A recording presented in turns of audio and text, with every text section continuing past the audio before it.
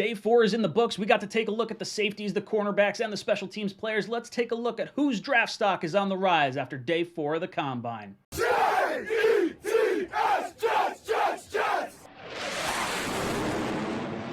Welcome in. My name's Ryan. I'll be your pilot. If you're new here, hit that subscribe button. If you've been here before, welcome back. I love having you here.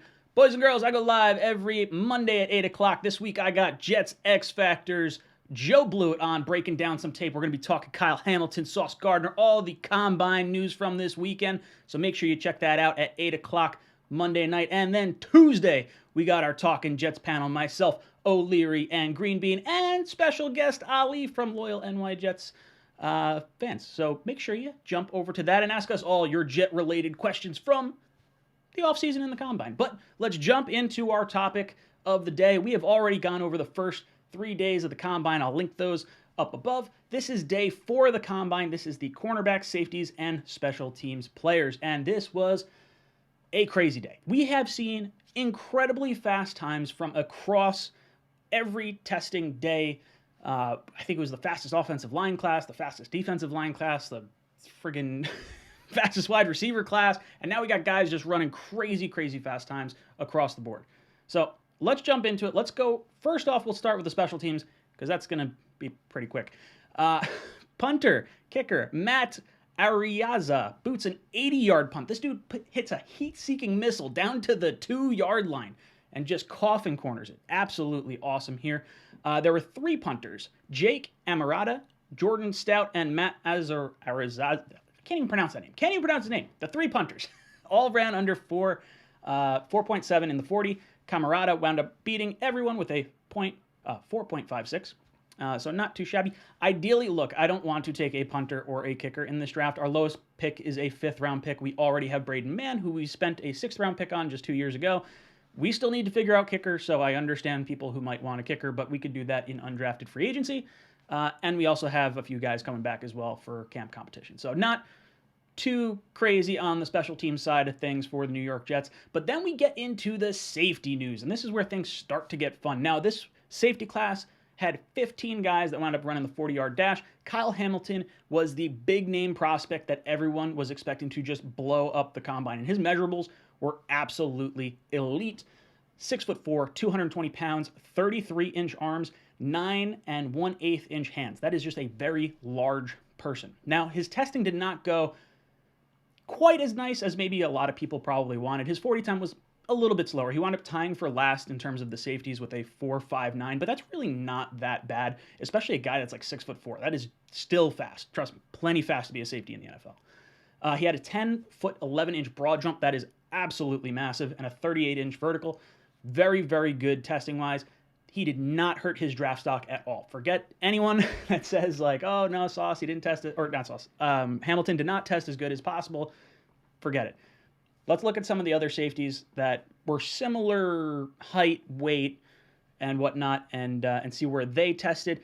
3 premier guys, Steve Atwater, 6'3", 212.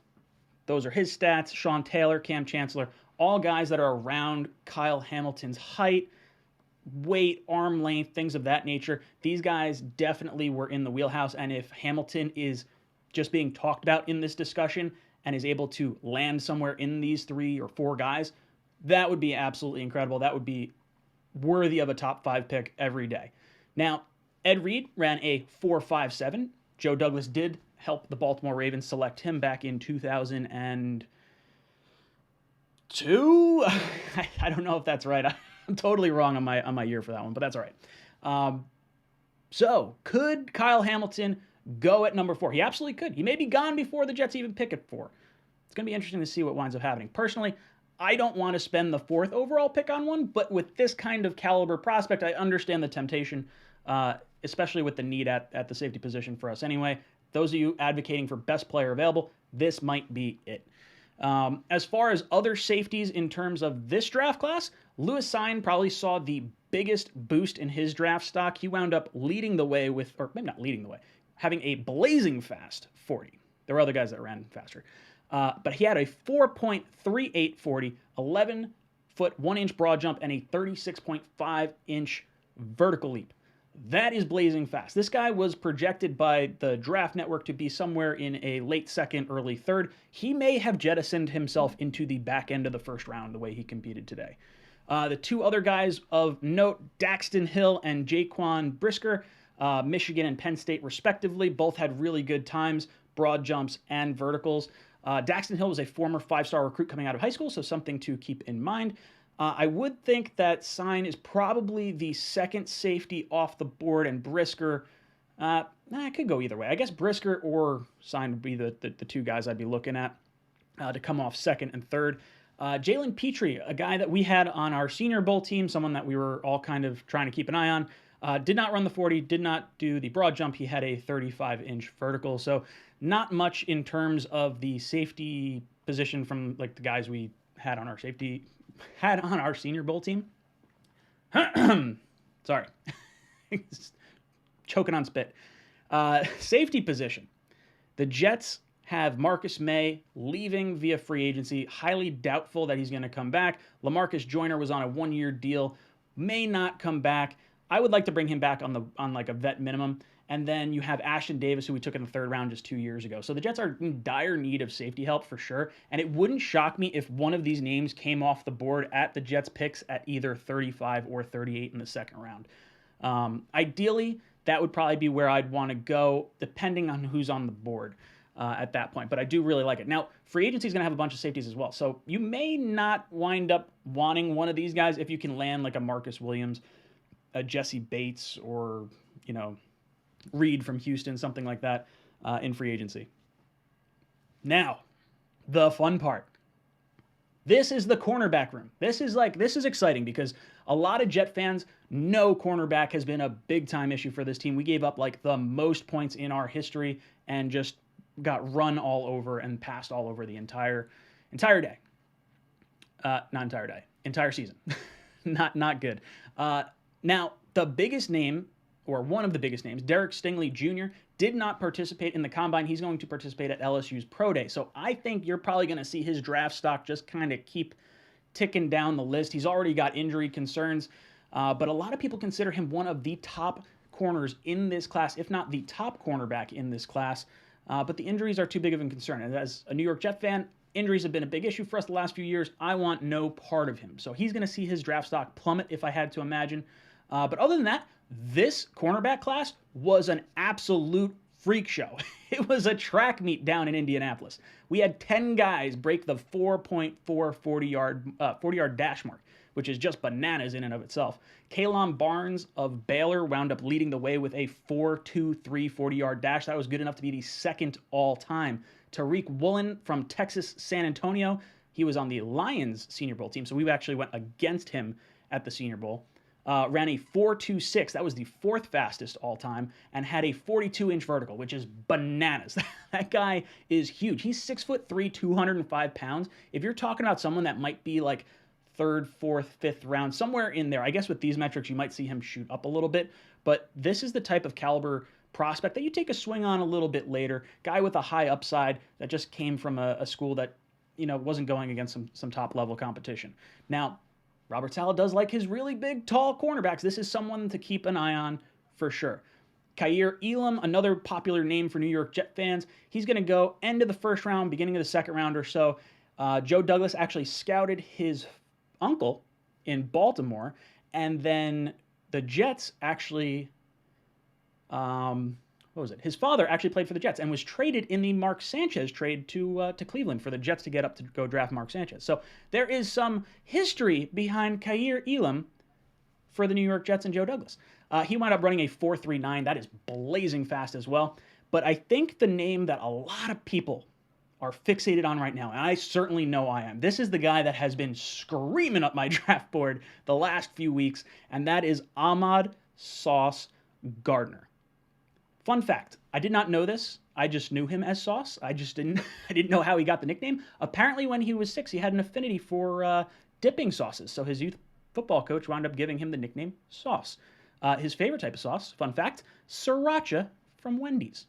I'm a Wendy's guy myself. I like that. Uh, so interesting stuff. He wound up not allowing a touchdown through his entire college career and only allowed 131 passing yards on this season.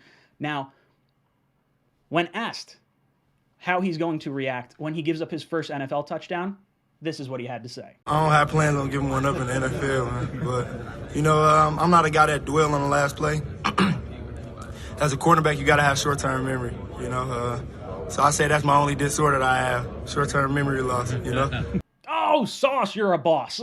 I really like that. I have no plans on giving up a touchdown in the NFL. Perfection. Absolute perfection. Now, metric-wise, he's 6'3", 190 pounds, 33.5-inch arms. That puts him in the 97th percentile, and he has a 79.5-inch wingspan. That is monster. Monster wingspan. He ran a 4.41 40-yard dash, so he didn't break into the top 10 of the cornerbacks, but at 6'3", doesn't matter. That is so fast for that height. He is faster than any cornerback in the history of the combine that is at least 6'2" and has at least 33.5-inch arms. So you're kind of filtering down a little bit, but that guy is blazing fast, absolutely blazing fast. It's really cool. Earlier in the combine week, we found out he doesn't drink. This is how he responded when asked about drinking and smoking. You ever had a drink? You've never had a cigarette? Or you've never abused it? I never had one of them at all. So, Like, we won AAC championships. They bring the cigars out, all that. Never even had a little cigar to have fun. So I'm just a guy that intrinsic motivation, And just for me, I naturally just be turned up, After we get a win, I just naturally be excited. I don't need anything to make me feel some type of way. Not even after a championship does this guy light up a cigar. He's not going to be tempted for anything. Maybe we should send him to Vegas. That's the kind of player you want in Vegas, right? No, I love Sauce Gardner. I don't think he's going to wind up getting in trouble in New York at all. I think this, not that there was any speculation or anything, but big city, big lights, pressure, things of that nature. I don't see this kid as that any type of issue whatsoever. Character is on another friggin' level. After all the testing, this is what I'm talking about when I say his character's on another level. There's another popular player that wound up leaving competition yesterday because the day was too long between the two testing times and whatever, and he wound up leaving. Kayvon Thibodeau, that's what I'm talking about. You know what Sauce Gardner did after all his testing? He hung around for the fans and signed autographs. This guy's character is through the roof. This isn't even the first time he did it. They were showing clips of him back in youth football. He gets an interception, he passes it to his buddy so he can run it back. Sauce Gardner. Not to mention you can just say, the receivers are covered in sauce. Like Sauce. It's just such a funny nickname. And Jet fans, we've been spoiled with some really good cornerback play over the course of the last 10 years. Specifically 7 years ago and earlier. With Antonio Cromartie, Darrelle Revis. Could this guy wind up going in the top 10 to one of our picks? Now, I would think if he's there at 10, I am sprinting up to the podium. But I have a hunch he may wind up being the Jets pick at number 4 because there are so many really good edge rushers in this draft. If you love Sauce Gardner and you think he is the guy that emulates your culture, your team identity that you want to have, and you have a similar grade on most of the edge rushers, at 10, you're probably going to get 2 guys or 3 guys that you might be able to pick from at edge rush, assuming 3 guys go before then. So if it were me, I'm totally on board with Sauce Gardner in the top 10. Don't care. I wasn't super high on cornerback for a while, but this guy has absolutely won me over with everything that I've watched. So guys, let me know your thoughts in this comment section down below. How do you feel about the safeties, the cornerbacks? Is there a guy you particularly want? How do you feel about Sauce Gardner? Because that's what I want to know. Is Sauce coming to New York? Let me know in the comments down below. And as always, go Jets.